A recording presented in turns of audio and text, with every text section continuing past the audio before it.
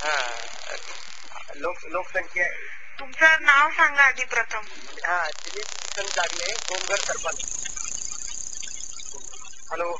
हा बोला sir, interview सुरू झालाय, बोला.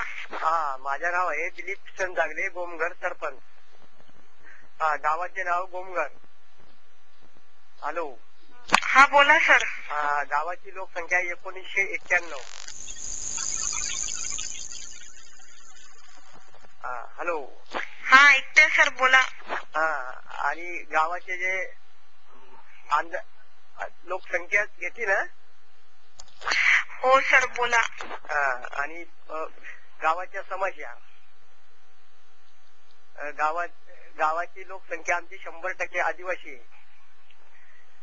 आणि गावात 3 समाज फक्त आहेत, कातकरी आणि वारली आणि कोळी, हिंदू महादेव कोळी समाज. सामाजिक समस्या पाण्याची समस्या कठीण आहे. पाणी म्हणजे आमच्याकडे मे जून मध्ये टँकर लावून पाणी आम्हाला लोकांना द्यावा लागतो. रस्ते नाही, परत खेडेपाड्याला रस्ते नाही. हॅलो. हा आणखीन काय सामाजिक समस्या? हो मी ऐकते, तुम्ही बोला. पाण्याची समस्या म्हणजे आमच्याकडे फार कठीण आहे. आणि आमच्याकडे म्हणजे 12 महिन्यातून एकच पीक मिळतो, म्हणून आमच्याकडे सर्व लोक स्थलांतर जातात. ही मोठी समस्या, म्हणजे एवढ्यात जास्त मोठी समस्या आमच्याकडे ही आहे. स्थलांतर जातात लोक, रोजगार नाहीये, ही समस्या मोठी आहे. अच्छा. आणि पिण्याची पाण्याची समस्या एक कठीण आहे.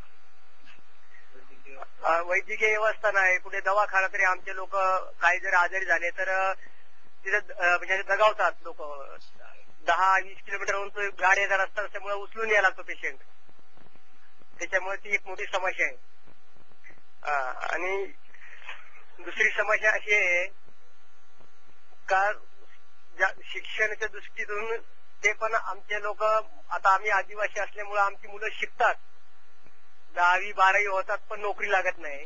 अच्छा. नोकरीला गेले तर 5 लाख रुपये भरा, 10 लाख रुपये भरा. त्याच्यामुळे आमच्याकडे आम्ही गरीब आहेत, आमच्याकडे पैसा नसल्यामुळे आमची पोरं शिकूनही वंचित आहेत, सुशिक्षित बेकार आहेत. बेकारला रोजगार नाही. ओके. एवढे बोलून माझे 2 शब्द संपवतो. आणि तुम्ही गावासाठी असं काय चांगलं काम केलंय ज्याचा तुम्हाला अभिमान वाटतो?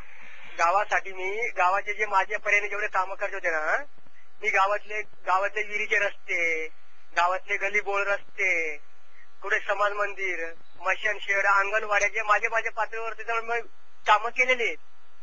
विकास कामांनी गाव पातळीची केली आहेत, पण मोठी कामं माझ्याकडून काही झालेली नाही. म्हणजे कुठे असे मोठी कामं असतात, निधी उपलब्ध नसल्यामुळे मला काही कामं करण्याची चान्स नाही ना.